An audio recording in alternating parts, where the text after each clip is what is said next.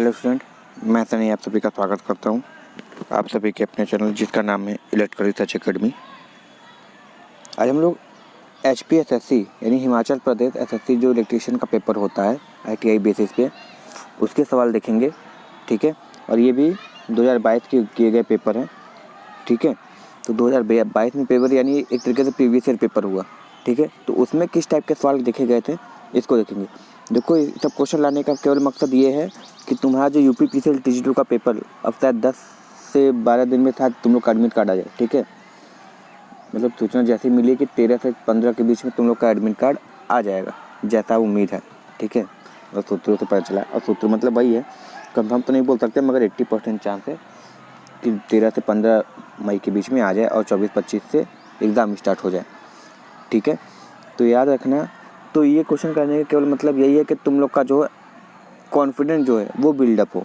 ठीक है, क्योंकि UPPCL TG2 का पेपर भी इस तरीके से नहीं है तो हल्का तो ऊपर आएगा, क्योंकि जब तुम प्रीवियस ईयर क्वेश्चन सॉल्व करने लगते हो तो तुम्हारी कॉन्फिडेंस बढ़ जाती है। ठीक है, तो वो तुम्हारा कॉन्फिडेंस तुम्हारे पेपर में भी दिखता है, तो इसलिए सारे प्रीवियस ईयर क्वेश्चन कराए जा रहे हैं जितने जितने अलग अलग स्टेटों में एग्जाम हुए हैं।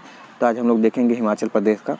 ठीक है, इसमें टोटल 200 क्वेश्चन पूछे गए थे, उसमें से 120 जो थे तुम्हारे टेक्निकल थे और 80 तुम्हारे नॉन टेक यानी GK थे, GS थे, रीजनिंग थे, हिंदी थे, इंग्लिश थे। ठीक है, ये 5 सब्जेक्ट थे, मगर हम लोग आज केवल देखेंगे जो 120 क्वेश्चन थे उसमें से आज टॉप 40 क्वेश्चन देखेंगे। तो 2-3 दिन में तुम्हारे लगभग कंप्लीट हो जाएंगे। तो सेशन पूरा ध्यान से देखना, और सेशन पसंद है बाबू क्वेश्चन तो लाइक शेयर और सब्सक्राइब जरूर करना। जुड़े रहोगे तो इसी तरह और भी प्रीवियस ईयर क्वेश्चन मिलते रहेंगे। ठीक है, नहीं फिर क्या कह सकते हैं, सब्सक्राइब जरूर कर लेना कि जल्द सबसे पहले तुम्हें लोग को नोटिफिकेशन मिले। ठीक है, चलो अच्छा देखते हैं क्या बात कह रहा है। पहला क्वेश्चन है कि resistance of a material always decrease. क्या पूछा है, बोला है कि रेसिस्टेंस मटेरियल का रेसिस्टेंस कब डिक्रीज होता है। ठीक है, यानी कोई मटेरियल है उसका रेसिस्टेंस डिक्रीज हो रहा है, इसका मतलब रेसिस्टेंस डिक्रीज होने का मतलब क्या है, कंडक्टेंस बढ़ रहा है। ठीक है, अब देखो हमको पता है कि मेटल क्या होता है, PTC होता है, यानी टेम्परेचर बढ़ाओगे तो रेसिस्टेंस भी बढ़ता है। तो इसमें पूछा है कि कब डिक्रीज होता है, तो सर जी टेम्परेचर ऑफ मटेरियल डिक्रीज होगा तो क्या मटेरियल का रेसिस्टेंस भी डिक्रीज होगा, ये बोला है। या दूसरा, टेम्परेचर ऑफ मटेरियल इंक्रीज तो क्या होगा।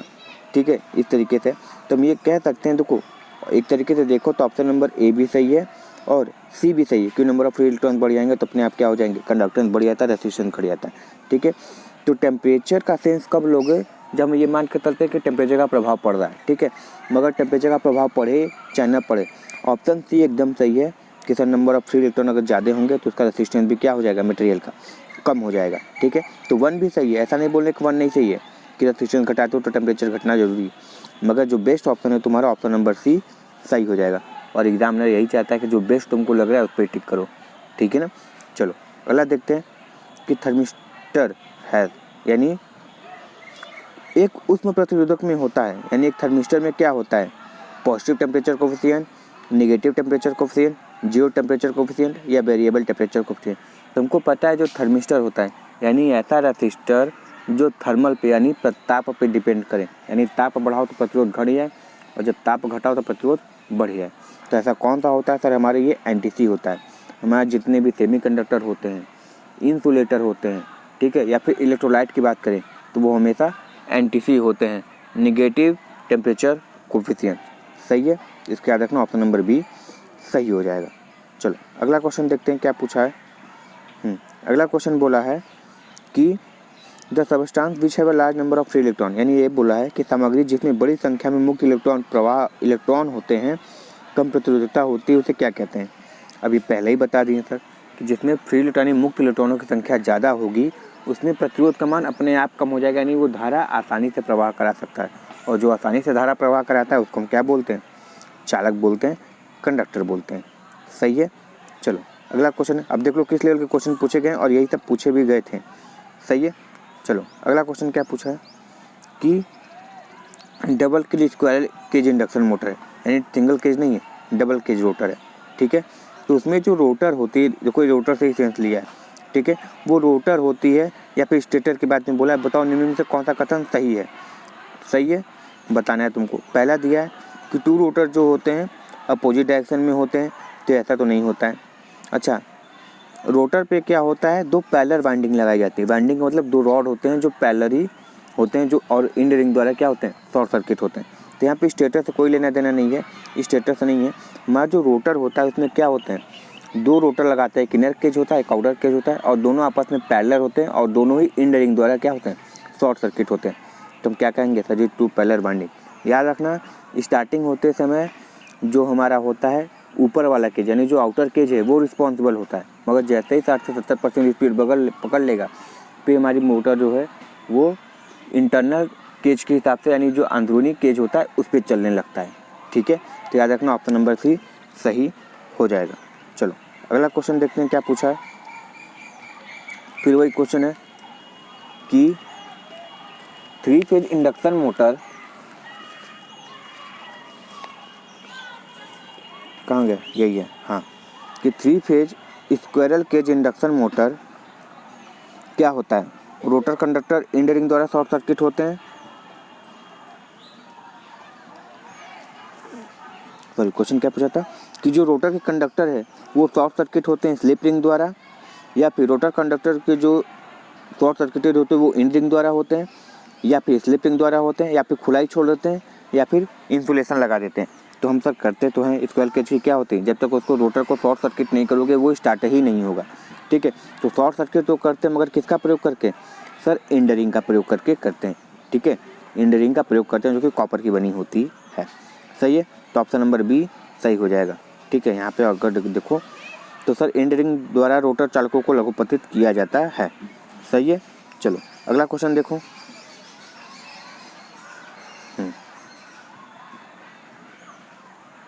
कि SCR है 3 टर्मिनल, ये तो सबको पता है कि सर SCR के 3 टर्मिनल होते हैं, और SCR का फुल फॉर्म पूछेगा तो क्या बताओगे सर, सिलिकॉन कंट्रोल्ड रेक्टिफायर। मगर ये जो 3 होते हैं टर्मिनल वो कौन कौन से होते हैं, तो बोलोगे सर जो 3 होते हैं वो कौन कौन से होते हैं, हमारे एनोड होते हैं, कैथोड होते हैं और एक गेट होता है। कौन होते हैं, एनोड कैथोड गेट, याद रखना है इसको। ठीक है, एनोड कैथोड गेट होते 3 पाए जाते हैं। SCR का full form silicon controlled rectifier है। चलो अगला क्वेश्चन देखो क्या पूछा है, 7वां क्वेश्चन है, इसको हल्का सा, हाँ 7वां क्वेश्चन क्या पूछा है कि इन ट्रांसफार्मर में रेजिस्टेंस बिटवीन प्राइमरी और सेकेंडरी क्या होता है। अच्छा, हमको पता है कि ट्रांसफार्मर के प्राइमरी और सेकेंडरी में कोई भी वैद्युतिक रूप से पावर सप्लाई नहीं होता है, यानी वैद्युतिक रूप से कोई भी पावर ट्रांसफ़र नहीं हो रहा है प्राइमरी सेकेंडरी। अब जब पावर ट्रांसफ़र नहीं हो रहा है वैद्युतिक रूप से, इसका मतलब क्या है, उन दोनों के बीच में कितना प्रतिरोध है, सर अनंत प्रतिरोध है। इसलिए ऑप्शन नंबर क्या हो जाएगा हमारा, डी सही हो जाएगा और सीमित। सही है, इसको याद रखना। ऑटो ट्रांसफार्मर की बात करते तो देखो अनंत नहीं होता है। ठीक है, क्योंकि एक ही वाइंडिंग होती है जो प्राइमरी और सेकेंडरी दोनों के लिए कार्य में ली जाती है। चलो अगला क्वेश्चन देखो, क्वेश्चन नंबर 8 कि during short circuit test iron loss are negligible because. अच्छा, शॉर्ट सर्किट के दौरान क्या होता है, आयरन लॉस नेग्लिजिबल क्यों हो जाता है, तो इसलिए हो जाता है क्योंकि सर सेकेंडरी साइड में करंट नेग्लिजिबल हो जाता है। नहीं जी, जब शॉर्ट सर्किट करोगे तो सेकेंडरी साइड में तो करंट अनंत हो जाता है, तो ये तो गलत हो गया, कहने से गलत हो गया। दूसरा, voltage side the voltage on secondary side, यानी सेकेंडरी साइड में वोल्टेज बदलती नहीं है। नहीं, ऐसी बात नहीं है, वोल्टेज सेकेंडरी साइड में वोल्टेज तो बदलती रहती है। ठीक है, एक तरीके से तो वोल्टेज बदलती नहीं है, इसका मतलब क्या, वो तो शून्य ही रहती है। ठीक है, तीसरा देखो, इसलिए करते हैं कि जो हम प्राइमरी साइड में देखो जो वोल्टेज देते हैं ना, the voltage applied on primary side वो क्या होता है, बहुत निम्न होता है। जो प्राइमरी साइड में जो वोल्टेज देते हैं वो बहुत निम्न देते हैं, इसलिए क्या होता है, जो आयरन लॉस होता है नाम मात्र का होता है या ना के बराबर होता है। इसलिए ऑप्शन नंबर सी हमारा सही हो जाएगा, यानी प्राथमिक साइड पर अनुप्रयुक्त वोल्टता निम्न होती है। इसलिए क्या होता है, शॉर्ट सर्किट टेस्ट में हमारा आयरन लॉस शून्य के बराबर होता है। एक्चुअली शून्य नहीं होता है, हम किताबों में पढ़ते हैं कि शून्य होता है, मगर एक्चुअली शून्य नहीं होता है, बहुत कम होता है। सही है, चलो अगला देखते हैं क्वेश्चन क्या पूछा है। चलो क्या क्वेश्चन है कि electron in outer orbit are called, यानी इलेक्ट्रॉन जो कि आउटर ऑर्बिट में होते हैं।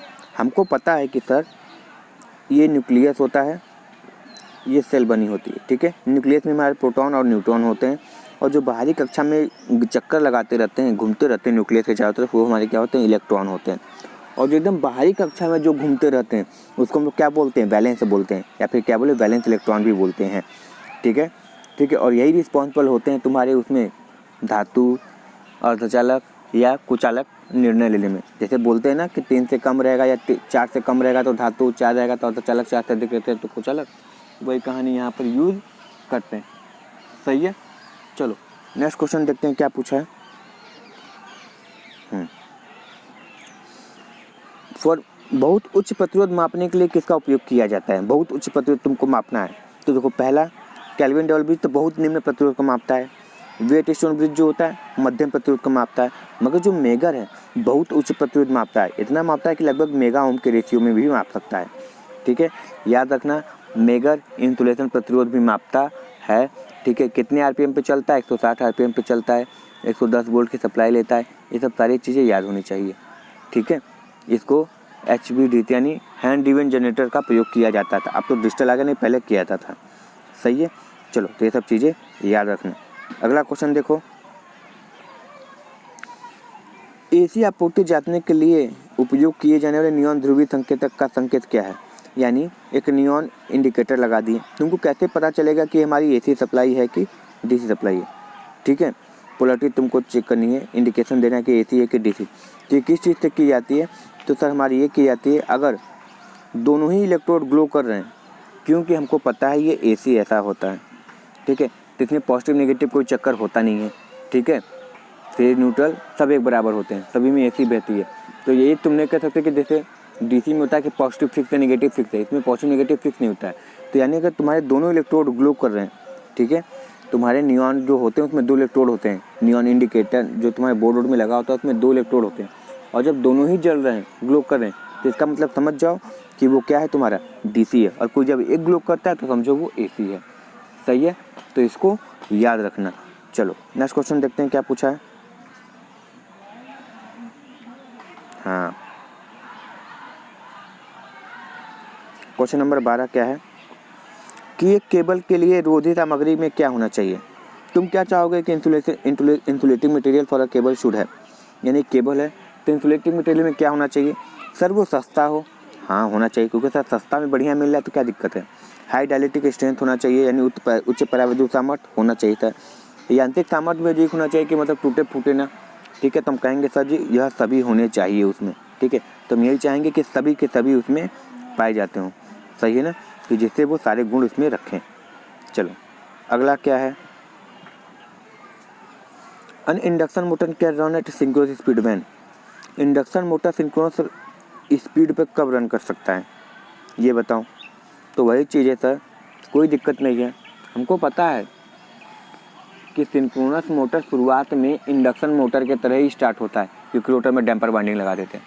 तो सिंक्रोनस मोटर भी स्टार्ट में क्या होता है, इंडक्शन मोटर की तरह ही स्टार्ट होता है।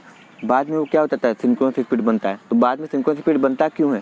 क्योंकि सर्वो हमारे उसमें क्या बोलते हैं, उसमें हम DC एक्साइट करा देते हैं रोटर में। तो बस वही है सर जी, कि अगर लास्ट में अगर हम रोटर में, इंडक्शन मोटर के रोटर में अगर हम EMF इंजेक्ट कर दें तो वो भी क्या करने लगेगा, हमारा सिंक्रोनस स्पीड पे रन करने लगेगा। सही है। चलो नेक्स्ट क्वेश्चन देखते हैं क्या पूछा है। हाँ, ये सब इजी क्वेश्चन है और तुमको लग रहा होगा कि पेपर इसी टाइप के पूछे गए। तुम मेहनत करो, पढ़ो। हालांकि QPPCL टिश्यू का पेपर इन सबसे बहुत थोड़ा लेवल ऊपर रहता है, मगर ये है कि 80% क्वेश्चन ऐसे भी रहेंगे, तुमको 20% ही हार्ड मिलते हैं। सही है ना। चलो, एम्पियर सेकेंड किसकी इकाई है? तो हमको पता है सर जी एम्पियर सेकेंड बराबर क्या होता है, कुछ नहीं, बिल्ली का ब्याह होता है, Q बराबर IT होता है। I मतलब एम्पियर, T मतलब सेकेंड होता है, तो किसका हो जाता है Q? सर आवेश का हो जाता है। सही है। चलो अगला देखते हैं, which wiring can be done either on surface or concealed? इनमें से ऐसी कौन सी वायरिंग है कि तुम चाहो तो सरफेस पे भी कर सकते हो और अंदर भी कर सकते हो, यानी छिपा के कर सकते हो, बॉल के अंदर भी कर सकते हो। तो क्लीट वायरिंग तो सरफेस पे ही की जाती है।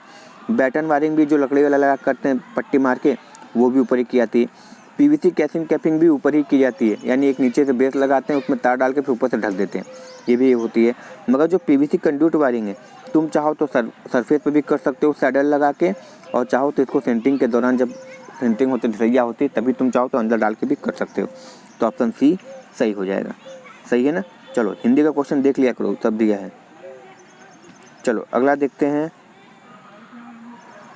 व्हाट इज द मिनिमम, अच्छा बाथरूम में प्रदान किए जाने वाले सॉकेट आउटलेट की अनुशंसित न्यूनतम ऊंचाई कितनी होनी चाहिए। यानी देखो हम चाहते हैं कि बाथरूम क्या है, भीगने वाली जगह है सॉकेट को, तो हम इसको चाहते हैं कि थोड़ा ऊपर रहे, ठीक है।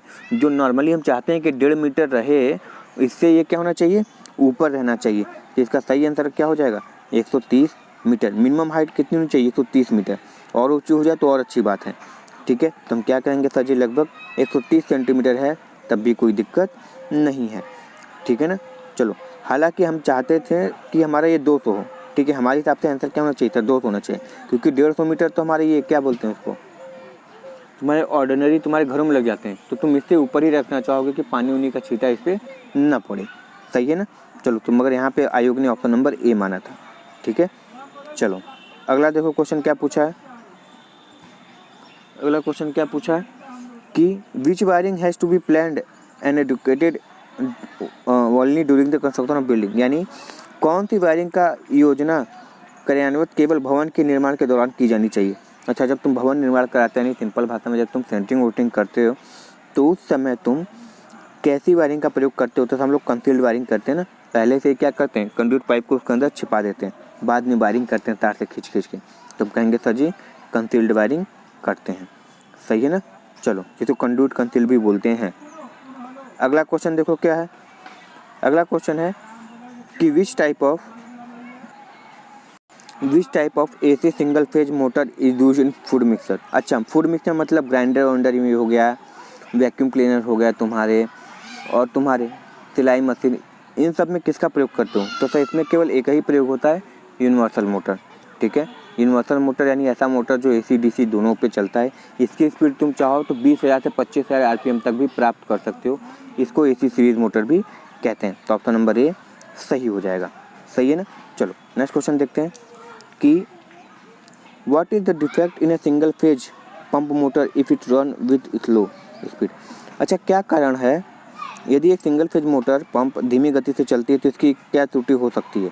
तुमको पता है सर, इसकी त्रुटि केवल एक हो सकती है कि इसकी जो डिफेक्टिव कैपेसिटर है, क्योंकि कैपेसिटर ही क्या करता है, किसी की स्पीड बढ़ाता है। जैसे हम लोग सीलिंग फैन में क्या होता है, बोलते हैं कि धीमा धीमा चल रहा है, तो इसका मतलब क्या समझते हैं कि कैपेसिटर बदलना पड़ेगा, ठीक है। यानी क्या दिक्कत है कि सर डिफेक्टिव कैपेसिटर है, यानी त्रुटि युक्त संधारित्र है, सही है। चलो अगला क्वेश्चन देखते हैं क्या है। क्वेश्चन नंबर 20 पूछा गया है कि what is the purpose of cross cut cold chisel. यानी क्रॉस कट कोल्ड छेनी, यानी जिसको रुखानी बोलते हैं, छेनी बोलते हैं, का क्या उपयोग है। जिसको देखते हैं इसका क्या उपयोग है। तो सर इसको प्रयोग करते हैं कीवे काटने के लिए प्रयोग करते हैं। कीवे मतलब जहाँ पे तुम्हारे क्या बोलते हैं उसको, छोटे छोटे वो काटने पड़ते हैं, टुकड़े काटने पड़ते हैं, कीवे जिसको बोलते हैं, वहाँ पे काटने के लिए इसका प्रयोग किया जाता है। तो ऑप्शन नंबर क्या हो जाएगा हमारा, ऑप्शन नंबर ए, यानी कीवे काटने के लिए प्रयोग की जाता है, ठीक है। चलो अगला क्वेश्चन देखते हैं क्या है। Which method is used to reduce the earth resistance value in existing earth. यानी एक वर्तमान अर्थ में अर्थ प्रतिरोधकता का मान को कम करने के लिए कौन सी पद्धति उपयोग की जाएगी। आपको पता है कि अर्थिंग घटाने के लिए किसका प्रयोग किया जाता है। तो हम इलेक्ट्रोड की लंबाई बढ़ाने से क्या होती है, प्रतिरोध बढ़ जाती है, ठीक है। तो हम क्या कहेंगे कि हमेशा अर्थ गड्ढे में आर्द्रता अवस्था बनाए रखें, ठीक है। क्या करेंगे उसमें, अगर आर्द्रता बनाए रखेंगे तो हमें नमी अधिक रहेगी तो उसका प्रतिरोध क्या हो जाएगा, कम हो जाएगा, ठीक है। तो हमेशा आर्द्रता बनाए रखते हैं। अगला क्या दिया है, अर्थ गड्ढे में बालू और कोयला ज़्यादा डालना चाहिए। तो ज़्यादा डालने से मतलब नहीं है, वो आर्द्र होना चाहिए, ठीक है। इलेक्ट्रोड का व्यास बढ़ा देना चाहिए, ठीक है। तो इलेक्ट्रोड का व्यास नहीं, सबसे उपयुक्त चीज़ यही है कि ठीक है, देखो ये क्या बोला है कि वर्तमान अर्थ में अर्थ प्रतिरोध, यानी तुम अर्थिंग बना चुके, अब तुम कोई चेंज नहीं कर सकते, ठीक है। तुम कोई चेंज नहीं कर सकते, तो तुम लंबाई नहीं बढ़ा सकते। हालांकि लंबाई बढ़ा दो या फिर व्यास बढ़ा दो, अर्थिंग का प्रतिरोध का मान बढ़ जाता है, पर घट जाता है, ठीक है। क्योंकि जैसे जैसे तुम लंबाई बढ़ाओगे वो ज़मीन के नीचे जाएगी और आर्द्रता मिलती चली जाएगी। मगर ये बोला कि एक बार बन गया तो बन गया, अब तुम दोबारा उसमें बस क्या कर सकते हो, तो उसमें पानी डाल डाल के उसकी आर्द्रता बनाए रख सकते हैं। इसलिए ऑप्शन नंबर बी सही हो जाएगा, सही है। चलो अगला क्वेश्चन है कि what is the reason of lamp glowing dim and motor running slow in a domestic wiring circuit. यानी क्वेश्चन ये है कि एक घरेलू वायरिंग परिपथ में बल्ब धीमा जलना और मोटर का धीमा चलने का क्या कारण है। तुमको पता है कि सर ऐसा कारण इसलिए होता है क्योंकि उच्च मान श्रेणी प्रतिरोध त्रुटि होती है, यानी high value of series resistance fault हो जाता है। यानी एक तरीके से कहें तो धीमा चलने का मतलब सब प्रतिरोध का मान बहुत ज़्यादा है, और मोटर धीमा चलने का मतलब प्रतिरोध का मान इतना ज़्यादा है कि वो क्या कर दे रहा है, उसको धीमा चला रहा है, या फिर ग्लोइंग लैंप भी धीमा चल रहा है। तो डोमेस्टिक वायरिंग का अगर यानी जो वायरिंग करते हैं उसका प्रतिरोध ज़्यादा होता है तो हमारी बल्ब भी धीमी जलती है, और मोटर जो रनिंग स्लो जो मोटर चलता है वो भी क्या चलता है, धीमा चलता है। ठीक है, तो याद रखना उच्च मान श्रेणी का क्या करते हैं, प्रतिरोध त्रुटि हो जाती है, तब ऐसा काम होता है। सही है। चलो नेक्स्ट क्वेश्चन देखो, क्वेश्चन नंबर 23 क्या बोला है। तो सेशन बाबू पसंद आ रहा है, क्वेश्चन देख रहे हो ना, इसी टाइप के पूछे गए थे प्रीवियस ईयर में। ठीक है, क्या 5-6 महीने का पेपर है, प्रीवियस ईयर का पेपर है, तो ध्यान से देखो। और सेशन पसंद है बाबू तो इसको लाइक शेयर और सब्सक्राइब जरूर करना। 23 था ना। हाँ देखो क्वेश्चन क्या पूछा है, what is the advantage of standard conductor over solid conductor. यानी स्टैंडर्ड कंडक्टर का क्या फ़ायदा होता है सॉलिड कंडक्टर के ऊपर। यानी स्टैंडर्ड आप जानते हैं जब बहुत सारे तार को मिलाकर ऐड कर एक चालक बनाते हैं तो उसको स्टैंडर्ड चालक बोलते हैं, और सॉलिड का मतलब समझ रहे हो। तो सबसे बड़ा फायदा ये होता है स्टैंडर्ड का ना कि सर ये क्या हो जाता है, लचीला हो जाता है। तुम कभी एक सॉलिड तार को लेकर देखो, तुम उसको मोड़ोगे तो वो टूटने कगार पे आ जाता है, मगर जो स्टैंडर्ड चालक यानी जो तुम्हारे ओवरहेड लाइन में तुम्हारे अगल बगल खंभों पे होगा, देखे होगा एल्युमिनियम का, उसको कितना ही मोड़ दो वो टूटता नहीं, क्योंकि वो स्टैंडर्ड होता है, यानी कई धागों को मोड़ मोड़ के बनाया जाता है। तो इसका सबसे बड़ा फायदा यही होता है कि सर ये अधिक लचीला हो जाता है। सही है। चलो अगला क्वेश्चन देखो क्या है कि क्रिम्पिंग का क्या यूज़ करते हो। क्रिम्पिंग यानी तरंगता का क्या लाभ है, यही ठीक है। तरंगता पूछा है, तुमको पता है सर जी क्रिम्पिंग टूल पड़े ही होगे, क्या करता है, तार में लग को फंसाने के लिए लग को दबाते हो, जिससे क्या हो जाता है, कनेक्शन एकदम टाइट हो जाता है, वो ढीलता ढुलता नहीं है। नहीं तुम कभी कस के देखना, तुम कितना भी कसोगे तुमको ढीला हो ही जाएगा। तो सबसे बड़ा फायदा इसका यही होता है कि सर ढीले कनेक्शन को हटाने का काम करता है हमारा। ठीक है, यानी अवॉइड लूज कनेक्शन, कौन, क्रिम्पिंग। सही है ना। चलो अगला क्वेश्चन देखते हैं, क्वेश्चन नंबर 25 क्या है कि दो ट्रांसफार्मर के समानांतर प्रचालन के लिए निम्न में से कौन सी शर्त आवश्यक है। सबसे इम्पोर्टेंट शर्त क्या होनी चाहिए ये देखते हैं। तो सर सबसे इम्पोर्टेंट शर्त यही है कि शीतलन का प्रकार नहीं दे रही, कोई दिक्कत नहीं। भार की प्रवृत्ति पैरेलल ऑपरेशन करते हैं इसीलिए कि ऊपर नीचे भार को ले सके वो, तो भारी जब सेम है तो उसको लेने के पैरेलल ऑपरेशन करने की क्या जरूरत थी। तीसरा उपयोग की गई रोधी प्रतिरोध। ये तो देखो 3 ऑप्शन ऐसे आते हैं कि बहुत आसानी से कट जाएंगे, मगर एग्जाम में बहुत बार ऐसा होता है कि फंसा देता है तुमको। तो याद रखना जब तक पोलरिटी सेम नहीं होगी आगे की कोई कहानी आगे नहीं बढ़ेगी, तो पोलरिटी सेम होनी चाहिए। सही है ना, यानी ध्रुवता सेम होना चाहिए, फेज क्रम सही होना चाहिए। RYB है तो उसका भी RYB ही होना चाहिए। सही है ना। चलो अगला क्वेश्चन क्या पूछा है कि स्टार जोड़ प्रणाली में 3 फेज असंतुलित भार में न्यूट्रल चालक में कितनी धारा होगी। 3 फेज में है असंतुलित भार में, न्यूट्रल में कितनी धारा होगी। तो हमको पता है सर जी न्यूट्रल में जो धारा होती है वो कितनी होती है, तीनों धारा के बीजगणितीय योग के शून्य के बराबर होती है। और अगर यही बैलेंस होते हैं यानी क्या होते हैं, संतुलित होते हैं, तो क्या होती, कोई भी धारा प्रवाहित नहीं होती जब बैलेंस होते तब। मगर यहाँ पे अनबैलेंस पूछा है इसलिए तीनों में कितना जारी है उसका बीजगणितीय योग कर देते हैं। सही है। चलो आगे देखते हैं क्या क्वेश्चन है। ये क्वेश्चन बहुत ज़्यादा पूछा जाता है, इसका फॉर्मूला भी बताएं कि इसको याद कर लो।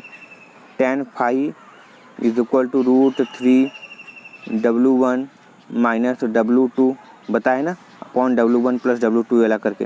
इस पर सवाल भी आते हैं।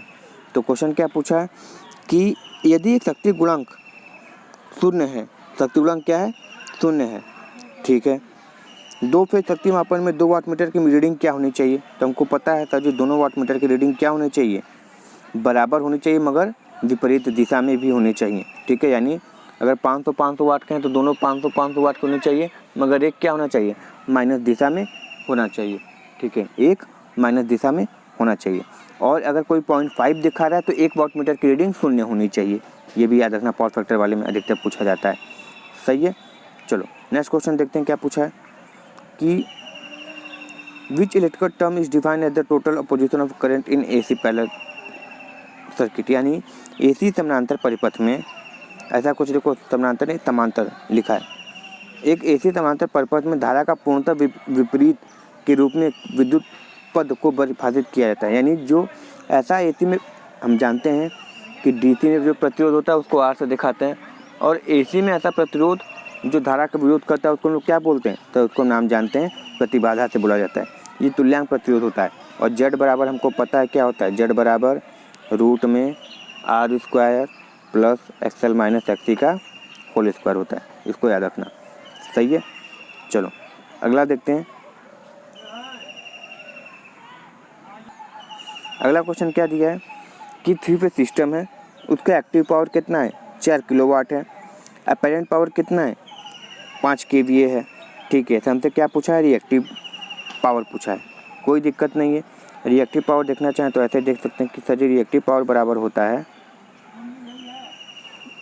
रिएक्टिव पावर बराबर क्या होता है सर जी, हमारा होता है अपेरेंट पावर यानी एस का स्क्वायर बराबर ट्रू पावर यानी पी का स्क्वायर प्लस क्यू का स्क्वायर। तुमको पता है कि क्या क्या वैल्यू दी हुई है, हमको क्यू स्क्वायर निकालना है, यस दिया है पी दिया है, यस कितना है 5 है तो 5 स्क्वायर, 5 का स्क्वायर 25, और ये कितना है 4 का स्क्वायर 16 हो जाएगा। 25 में 16 घटाओगे 9 आ जाएगा, और 9 का रूट करोगे तो 3 आ जाएगा। यानी हमारा आंसर क्या हो जाएगा, ऑप्शन नंबर सी 3 kVAR हो जाएगा।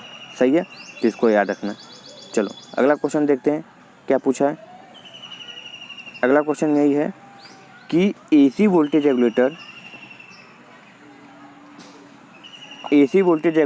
ट्रायक can not be use for. अच्छा, जो एसी वोल्टेज रेगुलेटर जो ट्रायक होता है वो कहाँ पे इसका प्रयोग कहाँ पे नहीं कर सकते हैं। ठीक है, तो इसका प्रयोग सर हम कभी भी इंडक्टिव लोड में नहीं कर सकते हैं। ठीक है, क्योंकि इंडक्टिव लोड लैगिंग होता है ना, और ये बहुत ज़्यादा वो कराता है, दिक्कत करता है, इसलिए कभी भी इसका प्रयोग एसी वोल्टेज रेगुलेटर वाला ट्रायक का प्रयोग कभी भी हम इंडक्टिव लोड में नहीं करते हैं। सही है। चलो नेक्स्ट क्वेश्चन देखते हैं क्या पूछा है। ये किसका सिंबल है ये बताओगे, ये किसका सिंबल है। अगर ये गेट नहीं होता, ध्यान से देखना, अगर ये गेट नहीं होता तो सर ये सिंबल हमारा हो जाता डायक का हो जाता है। ठीक है, अब चूंकि यहाँ पे एक सिंबल दे दिया तो सर ये किसका सिंबल है, सर ये हमारा है ट्रायक का है, तो याद रखना ट्रायक का सिंबल है। ठीक है, ये बाई डायरेक्शनल होते हैं, यानी दोनों दिशा में सेम काम कर सकते हैं। सही है, दोनों दिशा में सेम काम कर सकते हैं। चलो नेक्स्ट क्वेश्चन देखते हैं क्या है। कंपेयरिंग ट्रायक और एससीआर, ट्रायक और एससीआर को तुलना करो। बोथ आर यूनिडायरेक्शनल या all SCR has less, an SCR has less time to turn off than triac, both are bidirectional. क्या सही है, तो इसमें से केवल एक ही सही है, और वो क्या है 32 का बी।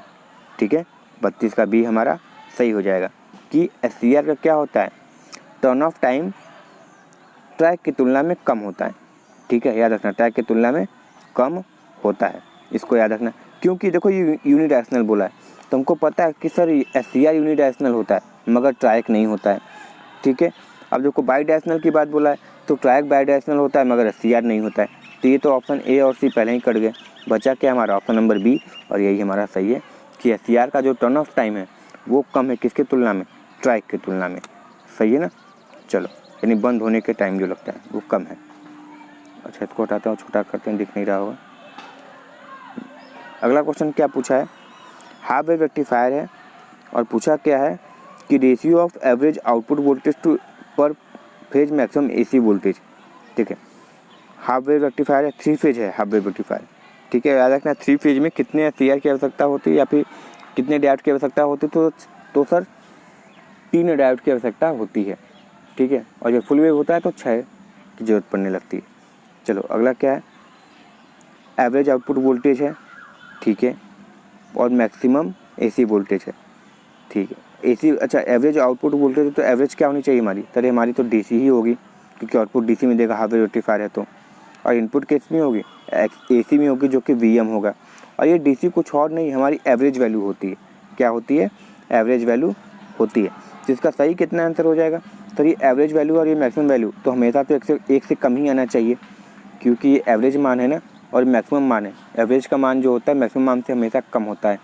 ठीक है, तो ये लगभग कितना हो जाता है, ये 1.1 से तो ज़्यादा होगा नहीं, जब भी होगा कम ही होगा, और ये 1 के लगभग होता है, यानी लगभग 1 होने वाला होता है मगर होता नहीं है।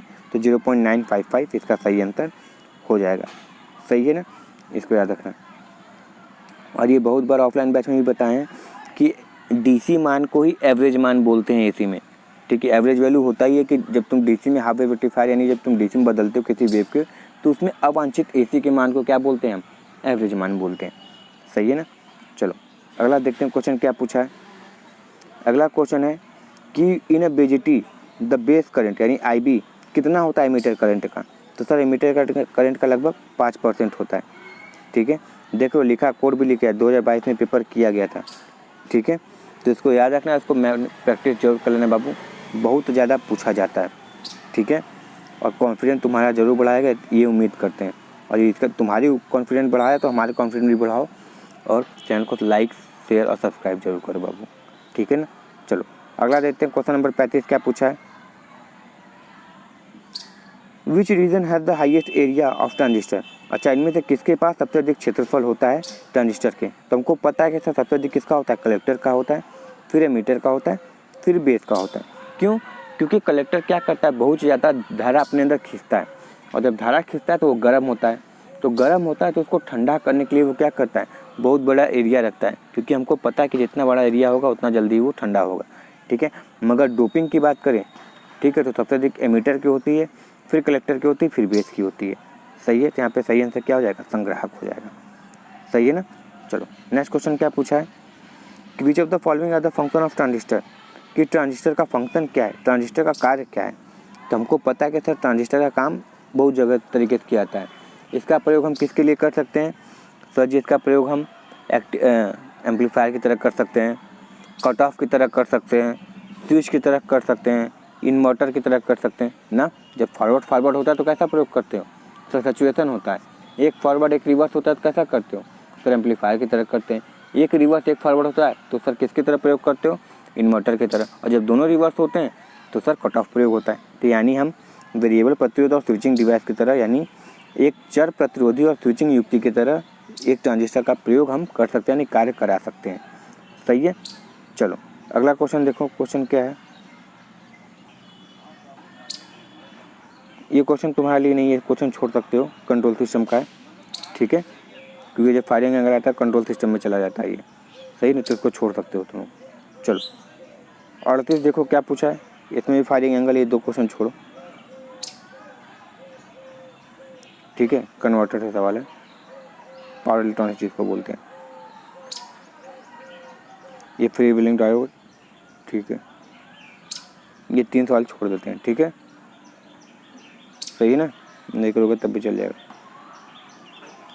अब देखो ये क्या होता है इसमें, all the modern AC DC converter होते हैं। AC DC कन्वर्टर क्या करता है सर, अगर DC को AC में बदलता है तो इन्वर्टर कहलाता है, और AC को DC में बदलते हैं तो उसको कन्वर्टर करते हैं।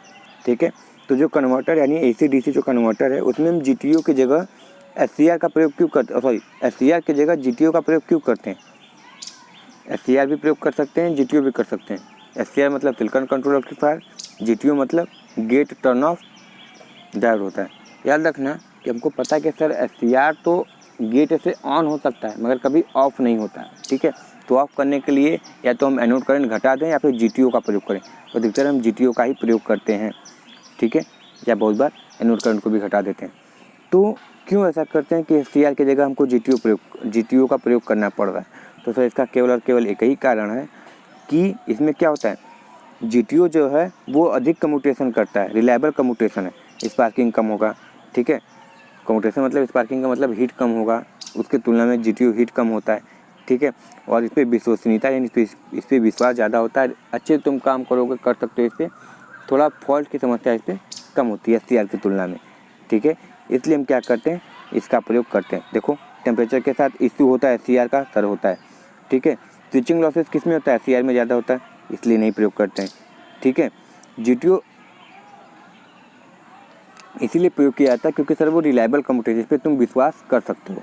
ठीक है, तो आज को 40 क्वेश्चन रहने देते हैं, कल फिर एक 40 क्वेश्चन का सेशन लाएंगे। ठीक है, 3 दिन में 40 करके ख़त्म हो जाएगा। ठीक है, क्योंकि वीडियो लंबा नहीं करते क्योंकि फिर तुमको भी देखने का मन नहीं करेगा।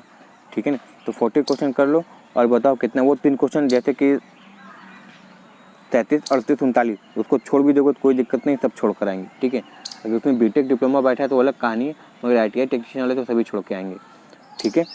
चलो, तो याद रखना बाबू, अगर सेशन पसंद है, तुम्हारा थोड़ा सा भी कॉन्फिडेंस बढ़ाओ क्वेश्चन देखे कि यार प्रीवियस ईयर में भी ऐसे पूछे जा रहे हैं, और तुमको ये भी बता दे रहे हैं यूपी PCL में भी तुम्हारे 75 से 80 क्वेश्चन ऐसे ही पूछे जाएंगे। वो 20% जो 25-30 क्वेश्चन है तो वो थोड़ा लेवल ऊपर रहता है, ठीक है, क्योंकि यूपी PCL भी जाता है कि बैठने वाले डिप्लोमा वाले भी हैं, तुम लोग के लिए भी पेपर बनाए जाते हैं, ठीक है ना। तो याद रखना 75 से 80% तुम्हारे इसी लेवल के क्वेश्चन मिलेंगे, और ये लेवल गलत नहीं होना चाहिए, ठीक है। ये लेवल गलत होगा तो कंपटीशन से वैसे बाहर हो जाओगे। तो सेशन पसंद आए तो इसको लाइक, शेयर और सब्सक्राइब जरूर कर देना, और मेरा भी कॉन्फिडेंस बढ़ाना, ठीक है। चलो, मिलते हैं नेक्स्ट वीडियो में। Thank you very much and all the very best.